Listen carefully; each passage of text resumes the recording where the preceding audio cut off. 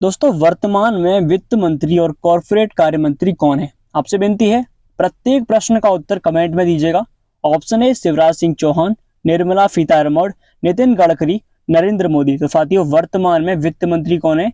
वो है निर्मला सीतारमण, जिन्हें हम फाइनेंस मिनिस्टर कहते हैं, ये भी याद रखिएगा। चलिए आगे बढ़ते हैं। अगर बात करें शिवराज सिंह चौहान, ये वर्तमान में कौन है? इनको कमेंट में लिखिएगा। अगला प्रश्न है आपके सामने कि कौटिल्य का वास्तविक नाम क्या था? ऑप्शन ए विष्णुगुप्त, समुद्रगुप्त, विक्रम सेठ, भास्कर। तो कौटिल्य का जो नाम था उनका नाम है विष्णुगुप्त, और इन्हीं को चाणक्य कहते हैं। क्या कहते हैं? चाणक्य। चाणक्य इन्हीं का नाम है, ये भी याद रखिएगा। आगे बढ़ते हैं अगले प्रश्न की ओर।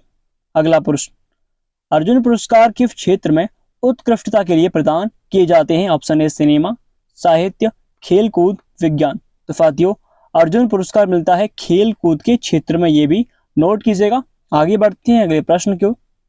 हाँ, अगर बात करें कि अर्जुन पुरस्कार स्टार्ट कब हुए, तो 1961 में सबसे पहले स्टार्ट होते हैं, ये भी याद रखिएगा। चलो आगे प्रश्न देखते हैं अगला।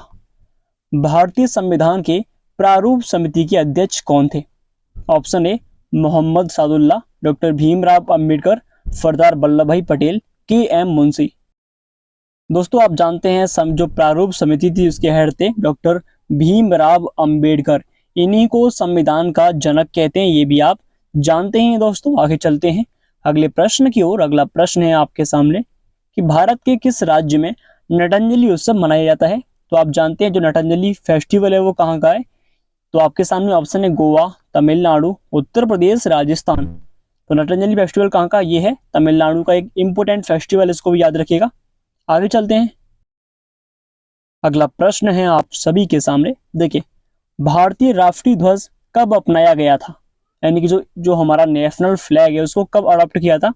तो आप जानते हैं इसको 22 जुलाई 1947 को भारत के संविधान में अपनाते हैं, ये भी याद रखना है। अगर बात करूं 26 जनवरी 1950 को क्या होता है, तो इस दिन आप जानते हैं हमारा देश गणतंत्र होता है, ये भी आप जानते हैं। संविधान लागू होता है इस दिन।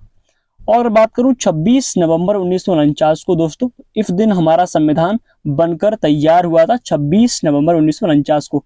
अगर बात करूं 24 जनवरी 1950 की, तो दोस्तों इस दिन क्या हुआ था, हमारा देश का राष्ट्रीय गान है और राष्ट्रीय गीत है, इन दोनों को ही भारतीय संविधान में अपनाया गया 24 जनवरी 1950 को। ठीक है। अगर बात करें कि हमारा जो झंडा है, भारत का फ्लैग है, इसमें 3 रंग होते हैं, पहला केसरिया, सफेद और हरा। और जो केसरिया रंग है जी हमारी वीरता साहस का प्रतीक है, ये भी याद रखिए। और सफेद रंग जो है हमारी शांति का प्रतीक चिन्ह है। अगर बात करें तीसरे हरे रंग की, तो हरा रंग जो है हमारे देश की उन्नति और विकास का प्रतीक चिन्ह है, ये भी याद रखिए दोस्तों। आगे चलते हैं, अगला प्रश्न है आपके सामने। आशा है कि यहां तक आप समझ चुके हैं। अगला प्रश्न है, भारतीय संविधान में वित्त आयोग की नियुक्ति का प्रावधान किस अनुच्छेद के अंतर्गत किया गया है? तो option A article 324, article 280, article 315, article 125। दोस्तों देखिए आर्टिकल बात करें 324 की, तो इसमें क्या आता है, इसमें हमारा सुप्रीम कोर्ट की बात आती है, ये भी आप जानते हैं। और आर्टिकल 280 जो है इसका करेक्ट आंसर है, जिसमें फाइनेंस आता है, यानी कि वित्त आता है, वित्त आयोग, ये भी याद रखिए। इसका करेक्ट आंसर 280 होगा। बात करें साथियों आर्टिकल 315 में क्या है, तो अनुच्छेद 315 में हमारी यूपीएससी आती है, जिसे हम यूनियन पब्लिक सर्विस कमीशन कहते हैं। ठीक है, ये भी याद रखिए। और आपको बताना है आर्टिकल 125 में क्या आता है साथियों, अगर वास्तव में आप पढ़ रहे हैं तो मेरे प्रश्न का उत्तर दीजिएगा। आगे चलते हैं, अगला प्रश्न है कि नुआखाई त्योहार जो है फेस्टिवल है, वो कौन सा भारतीय राज्य में मनाया जाता है? ऑप्शन ए पंजाब का है, असम का है, पश्चिम बंगाल, उड़ीसा। तो याद रखना है दोस्तों, जो नुआखाई है वो कहाँ का, ये उड़ीसा का एक प्रमुख फेस्टिवल है। और यहीं के देखिए धानु यात्रा यहीं का है, धानु यात्रा प्लस रज पर्व और नुआखाई तीनों यहीं के हैं, उड़ीसा के। ठीक है। बात करें पश्चिम बंगाल की, तो यहाँ का एक प्रमुख फेस्टिवल उसका नाम है छऊ। छऊ कहाँ का है फाती, ये पश्चिम बंगाल का नृत्य है, जो कि हाल ही में नवाज शास्त्रीय नृत्य बना है, ये भी याद रखिएगा। आगे चलते हैं, अगला प्रश्न है, बात करूं बिहू, बिहू असम का है, पंजाब पंजाब का कौन सा है, पर पंजाब का आप बता सकते हैं कमेंट में क्या है। आगे बढ़ते हैं, अगला प्रश्न है कि सीमांत गांधी, जिनको फ्रंटियर गांधी कहती है, वो कौन है? खुदाई खिदमतगार, रेड शर्ट्स, खान अब्दुल गफ्फार खां, लियाकत अली खां। इसका आंसर तो आप ही दोगे कमेंट में। ठीक है। आगे चलते हैं दोस्तों, अगला प्रश्न, गदर पार्टी के नेता कौन थे? ऑप्शन ए भगत सिंह, लाला हरदयाल, बाल गंगाधर तिलक, वीडी सावरकर। तो गदर पार्टी के नेता कौन थे? लाला हरदयाल इसका करेक्ट आंसर है। आगे बढ़ते हैं, अगला प्रश्न। 2011 की जनगणना के अनुसार भारत के किस राज्य में लिंगानुपात सबसे अधिक है? मध्य प्रदेश है, उत्तर प्रदेश, केरल, महाराष्ट्र। तो केरल में सर्वाधिक लिंगानुपात है, ये भी आप जानते हैं, क्योंकि सर्वाधिक पुरुषों की संख्या महिलाओं से कम है, ये भी याद रखिए, कहां पर? केरल में। आगे बढ़ते हैं, वेटिंग फॉर अ वीजा निम्नलिखित में से किस व्यक्ति की आत्मकथा है? Option A Mahatma Gandhi, sorry Indira Gandhi, Mahatma Gandhi, Jawaharlal Nehru, doctor Bhimrao Ambedkar. तो ये प्रश्न आपके लिए, वेटिंग फॉर अ वीजा, ये आपको दोगे आंसर। निम्नलिखित में से किस झील से व्हाइट नील का उद्गम हुआ है? अल्बर्ट झील, सुपीरियर झील, विक्टोरिया झील, बैकाल झील। तो साथियों इसका करेक्ट आंसर है, जो व्हाइट नील नदी होती है वो विक्टोरिया नदी, इसका करेक्ट आंसर है।